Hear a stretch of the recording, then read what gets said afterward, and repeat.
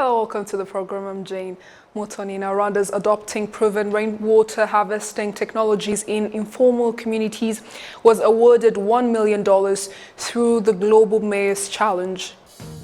The Court of Appeal has ruled that the trial of Paul Rusesabagina and his co-accused proceed in his absence because he has chosen not to be present during the proceedings.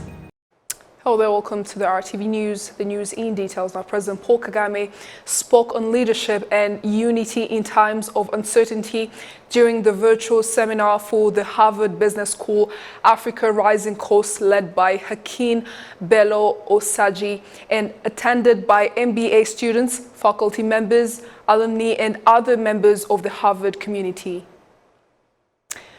On Tuesday, President Paul Kagame received Serge Pierre, the CEO of Starstone, and Cindy Del Salzi, who are in the country to launch Ironman Triathlon that will take place in Rubavu district of the Western Province in August this year. Moving on, Rwanda's adopting proven rainwater harvesting technologies in informal communities was awarded $1 million through the Global Mayor's Challenge. The Kigali City Administration says this will enable the realization of sustainable and innovative solutions to improve the quality of life for Kigali's informal dwellers. Gloria Mutesi reports. On any given day, it is common to see residents of Kigali, both Rwandans and tourists, enjoying the city, accentuated by serene green spaces.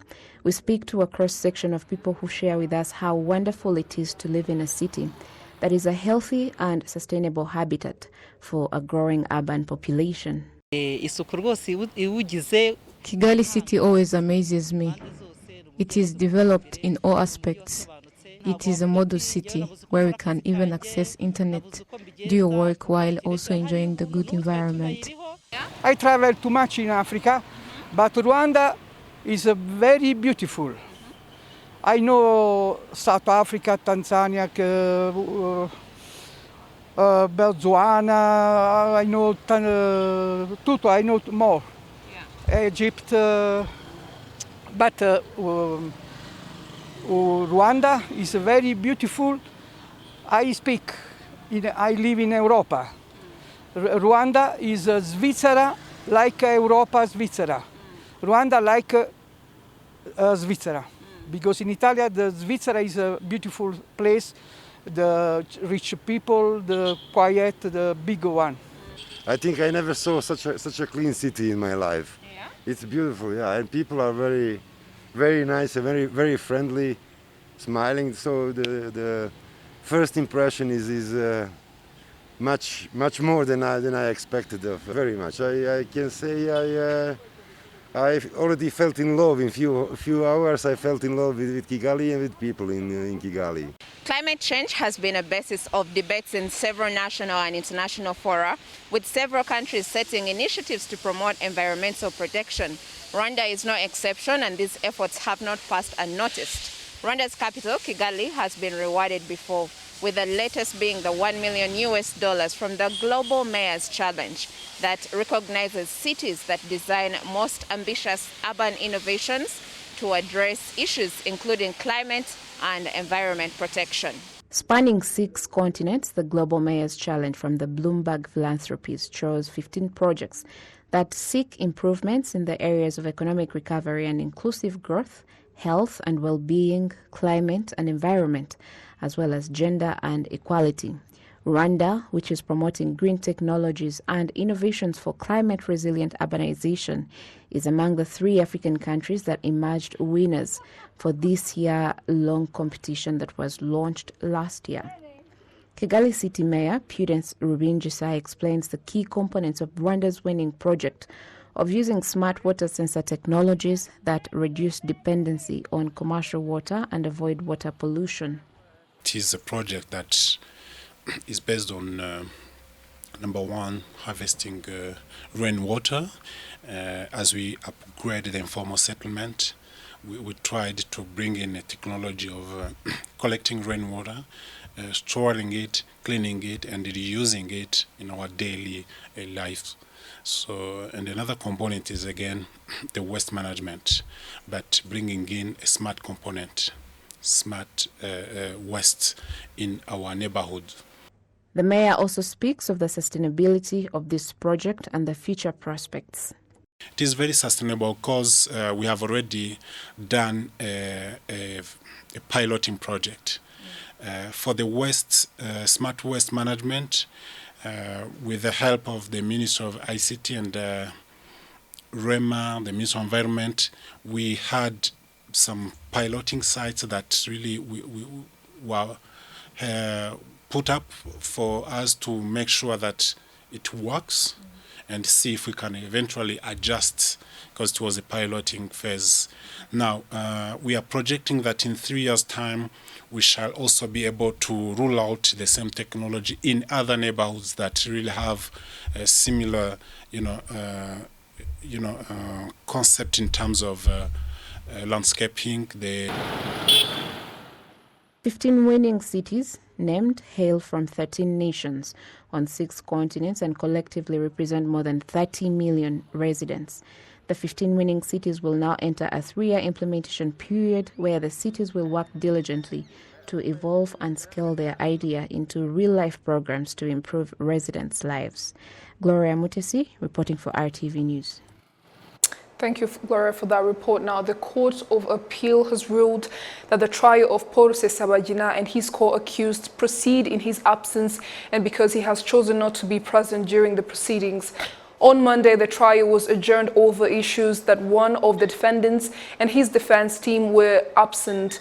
All of the other 20 accused individuals in the group were present on Monday and also on Tuesday as the decision of the court to proceed with the trial was announced. Claimed had been made that because Rusesabagina was handed his summons by prison officials, the process had been done illegally, which the court has now rejected, citing that the process was in fact not in violation of any laws. It has therefore ordered that the trial proceed on Thursday, despite the absence of Paul Rusesabagina. Moving on, the Intermediate Court of Huye has decided that the preliminary hearing of the trial of the genocide suspect Beatrice Munyenyezi should take place on the 24th of February this year, following a request from her defense team. Take a look. The court proceedings were held virtually, and after the judges identified the defendant by name, including the nickname Commander, that the prosecution included in her case file, saying it is a nickname that many identified her with, the defendant denied it ever being her nickname, and her defense team asked that it be removed from the case file before the substantive trial begins, saying this would be possible if a preliminary trial were to first be held. The defense also complained about the case file presented by the prosecution against their client being jumbled up and the accusations in it being difficult to respond to because they were all combined together. Then it also asked that any witnesses to be used in the substantive trial first be reviewed during the preliminary hearing. The defense lawyers also asked that the trial not be held virtually and that their client be allowed to be physically in court, because a virtual hearing cannot guarantee that she will be able to follow proceedings at a rate of 100%. The prosecution did not challenge the requests of the defense team, with the exception of the claim that the case file was in disarray, pointing out that the complaint of the defense had no legal standing because no laws were cited when it was made. Following a brief recess, the judges in the case returned and announced their decision based on Article 125 of the law governing trials and the request of the defense, stating that a preliminary trial will indeed take place and that witnesses, the focus of the trial, the evidence, the articles of the law it will be based on, and the identity of those involved must all first be agreed on. The court also said that the matter of a virtual substantive trial will also be considered during the preliminary hearing on the 24th of next month, that will be held behind closed doors, and that afterwards the date of the substantive trial will be announced. Beatrice Munyenyezi is facing a number of serious charges that include murder and genocide, conspiracy to commit genocide, planning to commit genocide, extermination, and human rights violations. She was extradited from the US in April last year. Thank you, Serge, for that report. Now, the Ministry of Local Government is urging Rwandans to understand that requiring proof of being vaccinated for COVID-19 in order to get certain services is for their own good in terms of mitigating and preventing the spread of this virus. Currently, those that have already received their first dose are being required to get the second dose. As people across Kigali are being sensitized to get vaccinated for COVID-19, COVID-19 tests are being carried out in Kigali and in the outskirts of Kigali in order to keep track of the number of those that are already infected with the virus. Some people at the COVID-19 testing site say this is a good step towards mitigating the spread of the virus. I want to know my status, and in case I'm infected, it's important to know so that I don't infect others. So I encourage others to come and get tested as well. Across the country, COVID-19 vaccinations are being administered as those that are eligible are being urged to go to COVID-19 vaccination sites to receive their second dose. The Minister of Local Government, Gatabazi Jean-Marie Vianney, urges those that have received their first dose to go and receive their second dose on time after the prescribed period.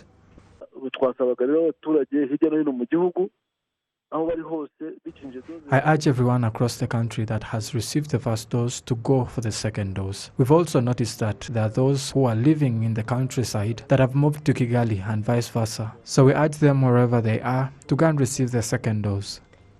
In a joint meeting of the various ministries, including the Ministry of Local Government, the Ministry of Health, local government officials, and others, it was revealed that there are some people who are afraid to get vaccinated, including those that are pregnant and others. All those are being urged to get vaccinated as soon as possible. Honorable Gatabazi says that the fact that some services require to first show proof of vaccination for COVID-19, it is to protect them in terms of mitigating the spread of this virus. As of Tuesday, the number of people who have taken the first dose of COVID-19 vaccine in Rwanda is 7,912,278, while the number of those who are fully vaccinated is 6,398,938. The number of those that have taken a booster shot is 626,624. Some of the residents in different areas of Rwanda who used to face connectivity problems due to lack of the proper infrastructure such as transmission towers, especially those living near the country's borders, are now happy because the issue has been resolved. The Rwanda Utilities Regulatory Authority notes that it will continue with the building transmission towers and also discuss with neighboring countries to avoid any inconveniences. Olive Nete reports. Thomas Munyangabe, a resident in Matimba sector in Nyagatare district, is tuning in to listen news on Radio Rwanda. He said that before the building of transmission towers, it was hard to tune into different radios in Rwanda because it would shift to radios of neighboring countries. But now, he follows all the programs of Radio Rwanda with no interference. It used to be difficult to tune in, but because of the towers, it is now easier. Our president always does what is best for us. This problem of interference does not only concern radios. Residents say that it was hard to watch TV, receive and make phone calls, especially to those who live near the borders. They say that these infrastructure activities has eased their way of communicating. It wasn't easy.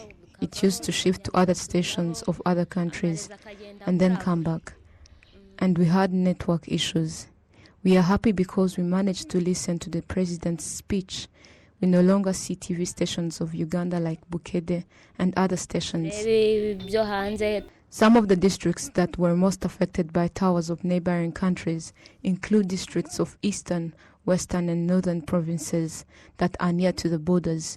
The mayor of Rubavu district, Ildefonse Kambogo, noted that the building of transmission towers has enabled residents and people who visit this district to listen to stations of their choice. We have more than 5 transmission towers, and other towers are still under construction, and Rura is helping us so that the places with no network can have network. We no longer have issues regarding interferences of transmission towers of neighboring countries, but there is still a lot to do so that those who don't have access to such infrastructure activities can access it too. Currently, there are 1,300 transmission towers in Rwanda, of which 45 are still under construction. Charles Gahungu, the General Manager of ICT Regulation in the Rwanda Utilities Regulatory Authority, has noted that even though they are building these towers, they are also discussing with neighboring countries to avoid inconveniences. This year we have had several meetings with the regulator of Congo. We even met 2 times. They also came here last month. We discussed with their operators together on how to reduce their signals in Bukavu and Goma that causes interferences. And we also did the same. For example, the transmission tower of Bukavu causes interferences in Cyangugu. The 11th National Mushyikirano Council held in 2019 discussed on how to solve problems regarding network connectivity and other infrastructural activities in various areas of the country. Olive Nete, reporting for RTV News. Child Development Agency has stressed that a child's brain development phase is a very important time in a person's life and warned that 5% of all toddlers under the age of 5 are faced with brain development problems. Shislene Mukwaneza reports. At Gatsata Health Center, women that have come for their children's vaccination are also being taught about child's brain development. These women say they really understood the role of developing a child's brain. During the pregnancy, I used to touch my belly. I had a plan to name my baby Umuhire, and I could sing to him while saying, I love him, plus other words. He's now 3 months, but we can look at each other and talk. When a child has parents that live in harmony, he plays in the womb, and you can feel his happiness. After birth, you are able to take care of him, play with him, singing for him, and showing him things with different colors.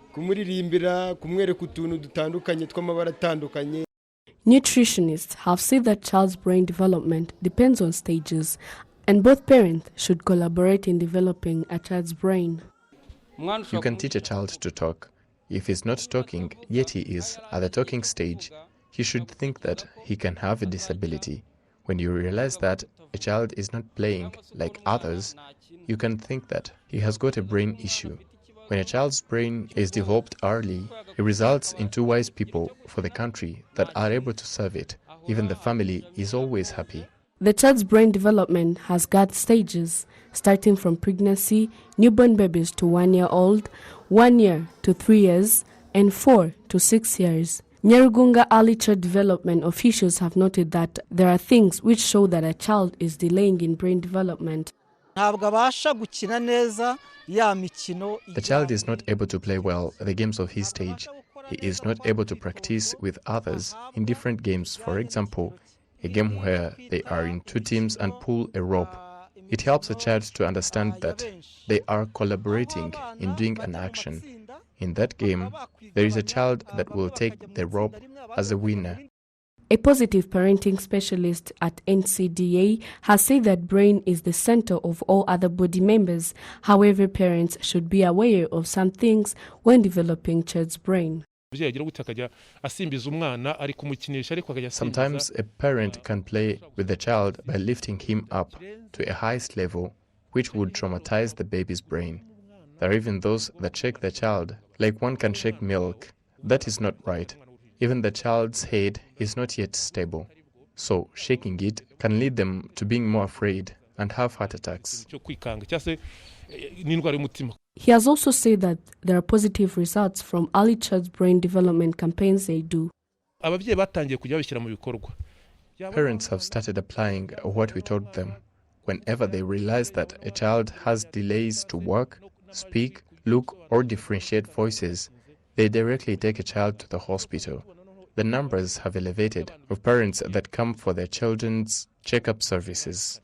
According to NCDA, stunting affects 33% of children in Rwanda, and 5% of children under 5 years have delayed in brain development. Research shows that a child's brain grows to 80% in first 3 years. At the age of 5 years old, it grows at 90%, and after 6 years old, a child has 6% left. Shislene Mugwaneza, RTV News. Well, there you have it. On behalf of the entire news production team, thank you for your company. I'm Jane Mutoni. Bye for now.